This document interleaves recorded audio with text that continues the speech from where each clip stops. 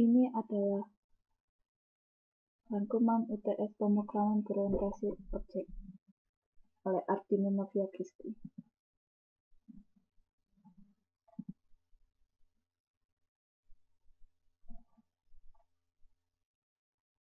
Untuk bab pertama adalah dasar-dasar pemrograman, menganalisis pemrograman Java. Seperti yang terlihat, baris pertama, kode public class hello, menandakan nama kelas yaitu hello. Baris berikutnya terdiri atas kurung kurawal, menandakan awal blok. Public class hello, kurung kurawal, atau public class hello, kurung kurawal. 3 baris berikutnya menandakan adanya komentar Java. Komentar adalah catatan yang ditulis pada kode dengan tujuan sebagai bahan dokumentasi. 3 jenis komentar. C++ style. C style khusus Java doc. Baris ke-6. Public static void main string arg atau public static void main dalam kurung string kurung siku arg tutup kurung, mengidentifikasikan nama suatu metode dalam kelas hello yang bertindak sebagai metode utama. Metode utama adalah titik awal dari suatu program Java. Baris ke-8 adalah pernyataan. Pernyataan adalah suatu atau lebih baris kode yang diakhiri dengan semikolon. Sistem out print hello world. Blok adalah satu atau lebih pernyataan yang terbentang antara kurung kurawal K dan kurung kurawal tutup, yaitu sekumpulan pernyataan sebagai satu unit kesatuan. Dan ini adalah contohnya.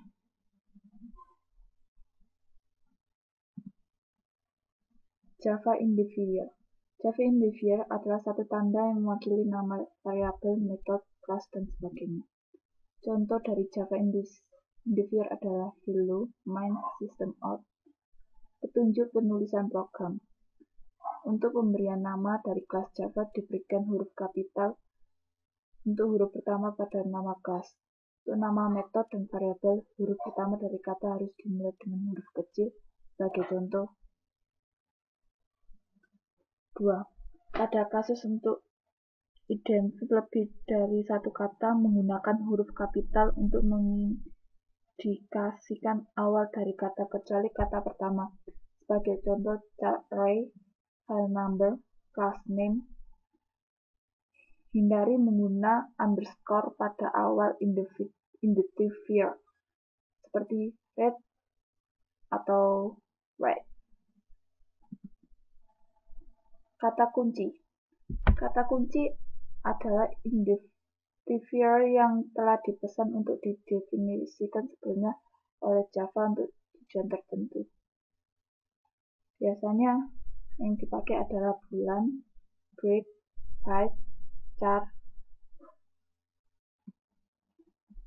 class, continue, default, do, double, else, float, for, if, import, in, long, dan lain sebagainya.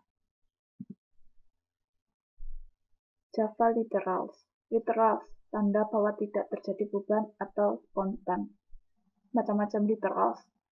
Integral literals. Floating point literals.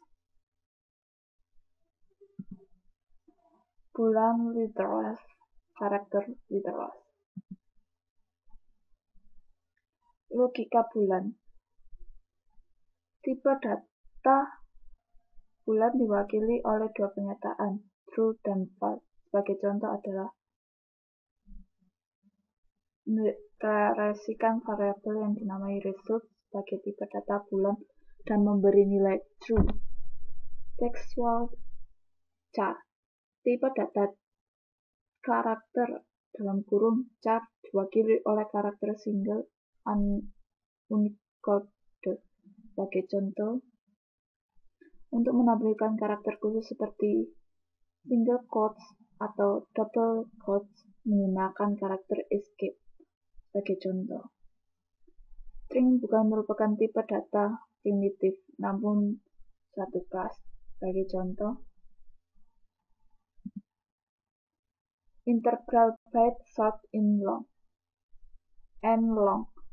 Tipe data integral dalam Java menggunakan 3 bentuk, yaitu desimal, okta, hexadesimal contohnya. Dan ini adalah tipe-tipe.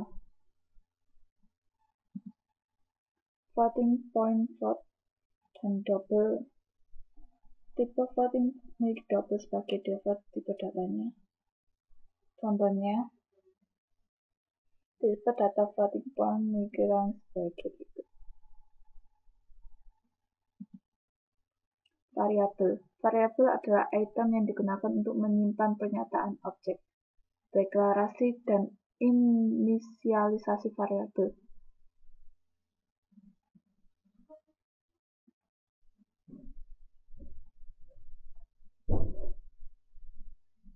Dan ini adalah contohnya.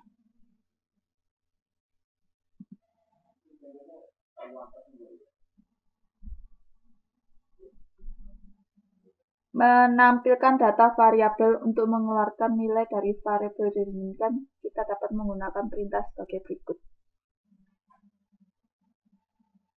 Contoh program. Dan mari kita coba. Jika di dalam program akan menghasilkan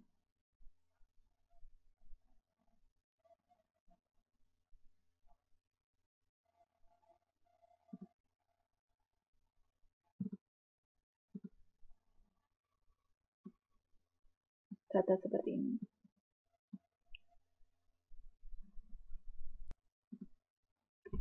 Variabel reference dan variabel primitif.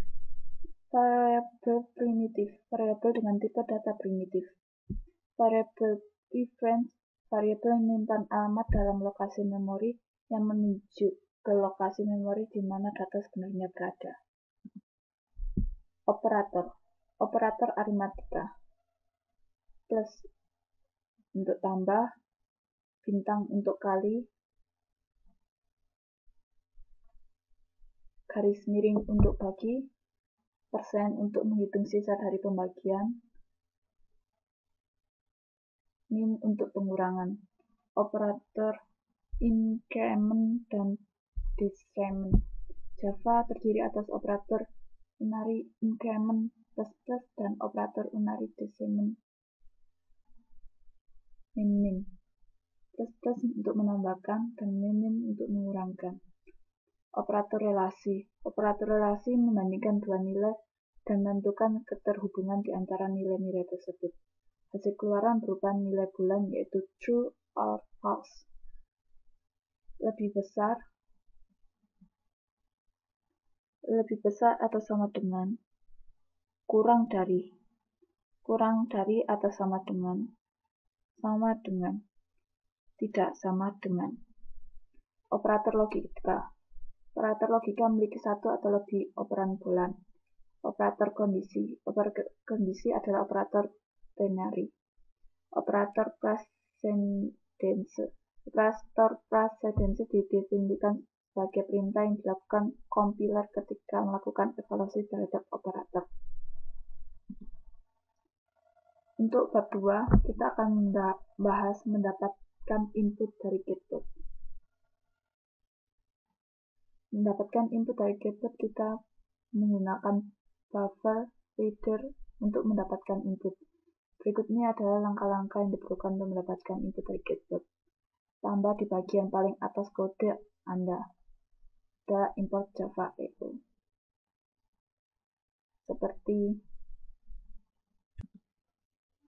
Seperti yang terlihat pada program ini.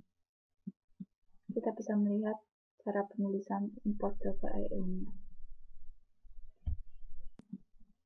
Untuk statement berikutnya ditambahkan buffer reader data in new buffer reader new deklarasi variabel string temporary untuk mendapatkan input digunakan fungsi readLine. Mendapatkan input dari keyboard, Anda harus mengetiknya di dalam block backchat seperti ini. Menggunakan job pane untuk mendapatkan input. Cara lain mendapatkan input dari user adalah dengan menggunakan kelas JPane di dalam Java. Dan mari kita coba. Dan ini adalah dalam penulisan programnya. Hasilnya akan seperti ini.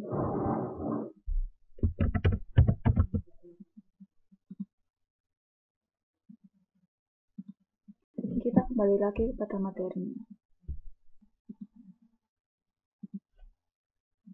Untuk bab 3 adalah struktur kontrol. Struktur kontrol pemilihan. Pertama, statement if. Pernyataan if menentukan sebuah pernyataan yang akan eksekusi hanya jika persyaratan bernilai benar, true. Seperti ini penulisannya. Statement if else. Pernyataan if else digunakan apabila kita ingin mengeksekusi beberapa pernyataan dengan kondisi true dan pernyataan lain dengan kondisi false. Seperti ini penulisannya. Statement if else if. Pernyataan pada bagian kondisi else dan blok if else dapat menjadi struktur if else yang lain. Persyaratan yang lebih kompleks. Ada pula statement switch. Cara lain untuk membuat cabang dengan menggunakan kata kunci switch. Switch mengkonstruksi cabang untuk beberapa kondisi dari nilai. Seperti ini. Struktur kontrol perulangan. Ada while loop. Pernyataan while loop dapat dilihat di sini ada do while loop. Di sini for loop. Pernyataan percabangan. Break ada tidak berlabel. Pernyataan break tidak berlabel digunakan untuk menghentikan jalan pernyataan switch. Yang berlabel dari pernyataan break menghentikan pernyataan di luarnya di mana sebelum harus diberikan label yang sudah dispesifikasi pada program pernyataan break. Ada continue. Tidak berlabel. Bentuk pernyataan continue tidak berlabel akan melewati bagian pernyataan setelah pernyataan ditulis memeriksa ekspresi logika. Berlabel. Untuk pernyataan continue melanjutkan pengulangan sedang terjadi dilanjutkan ke pengulangan berikutnya. Ada return. Pernyataan return digunakan untuk keluar dari sebuah metode. Untuk bab 4 adalah Java array. Array harus dideklarasikan sebagai layaknya sebuah variabel. Contoh penulisan array. Untuk mengakses sebuah elemen dalam array atau mengakses sebagian dari array, Anda harus menggunakan sebuah angka atau disebut sebagai indeks atau sebagai contoh adalah sebagai berikut. Untuk mengetahui berapa banyak elemen di dalam sebuah array, Anda dapat menggunakan attribute length. Dan ini adalah penulisannya. Ini adalah contoh penulisan programnya.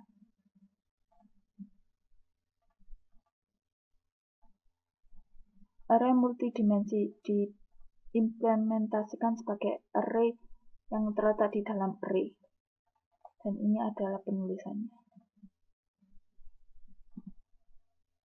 Untuk bab 5, bekerja dengan Java Class Library. OOP berputar pada konsep dari objek merupakan elemen dasar dari pemrograman. Perbedaan kelas dan objek adalah objek sebuah perangkat lunak yang berisi sekumpulan variabel dan metode yang berhubungan, sedangkan kelas adalah struktur dasar dari OOP. Kelas terdiri dari dua tipe dari anggota di mana disebut dengan field dan metode. Field merupakan tipe data yang didefinisikan oleh kelas, sementara metode merupakan operasi. Instansiasi kelas. Untuk membuat sebuah objek atau sebuah instance pada sebuah kelas, kita menggunakan operator new. Ini untuk variabel kelas dan variabel metode. Variabel ini dapat memiliki nilai yang sama semua objek pada kelas sama. Method. Sebuah metode adalah bagian kode yang dapat dipanggil oleh program utama untuk dari metode lain dan menjalankan fungsi yang spesifik. Berikut adalah karakteristik dari metode. Dapat mengembalikan satu nilai atau tidak sama sekali, dapat diterima sebagai parameter dan yang dibutuhkan atau tidak ada parameter sama sekali. Setelah metode telah selesai dieksekusi, dia akan kembali pada metode yang memanggilnya. Membuat metode mengatasi bagian tertentu dari masalah. Untuk memanggil sebuah instance metode, kita menuliskan menggunakan metode, dan ini adalah contoh dalam pemrograman. Pemberian variabel dalam metode ada pass by value dan pass by reference. Dan ini cara untuk memanggil metode statik. Lingkup variabel. Selain nama dan tipe data yang dimiliki oleh variabel, suatu variabel juga mempunyai jangkauan. Casting, converting, dan comparing object. Tipe casting. Untuk casting adalah proses konversi dari tipe data tertentu ke tipe data yang lain. Beberapa tipe casting adalah casting tipe data primitif, casting object, convert tipe primitif, sebaliknya. Untuk bab 6 adalah membuat kelas sendiri. Sebelum menulis kelas, pertama mengembangkan di mana akan menggunakan kelas, bagaimana kelas. Dan ini adalah contoh kelas, di mana modifier adalah sebuah akses modifier yang dapat dikomunikasikan ke modifier lainnya.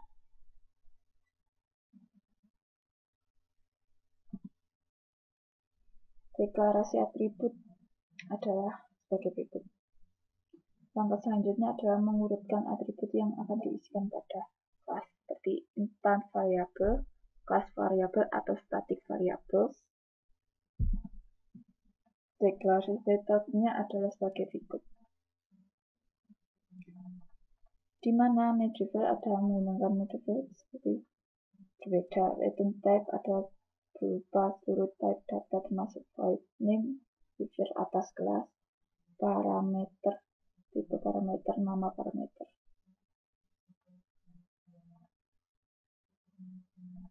Ada asesor method, mutable method, ada multiple return statement. Static method, references digunakan untuk mengakses instance variabel yang dibiasakan oleh parameter. Untuk pemahaman lebih lanjut, mari kita perhatikan contoh pada metode setX. Metode akan mereferensikan nilai dari parameter X pada instance variabel objek start dan record. Overriding method. Overriding method mengizinkan sebuah metode dengan nama yang sama namun memiliki parameter yang berbeda, sehingga mempunyai implementasi dan return value yang berbeda pula. Deklarasi konstruktor adalah sebagai berikut. Default konstruktor adalah sebagai berikut. Overriding konstruktor adalah sebagai berikut. Menggunakan konstruktor adalah sebagai berikut. Pemanggilan konstruktor dengan is adalah sebagai berikut. Penempatan fix. Membuat fix, mengatur class path, akses modifier, akses default, akses public, akses protect. Deklarasi konstruktor. Konstruktor adalah metode di mana seluruh inisialisasi objek ditempatkan. Berikut adalah properti dari konstruktor.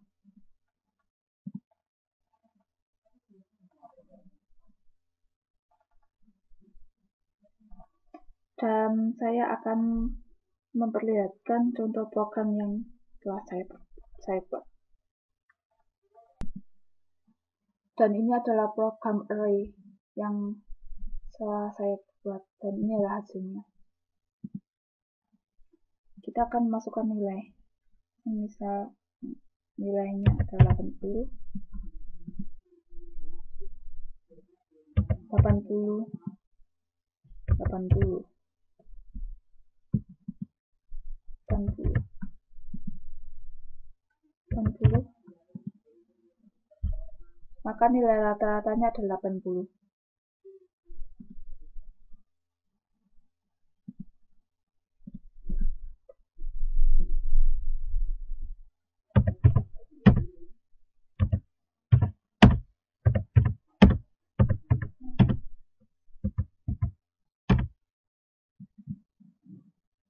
Ini adalah hasilnya. Terima kasih.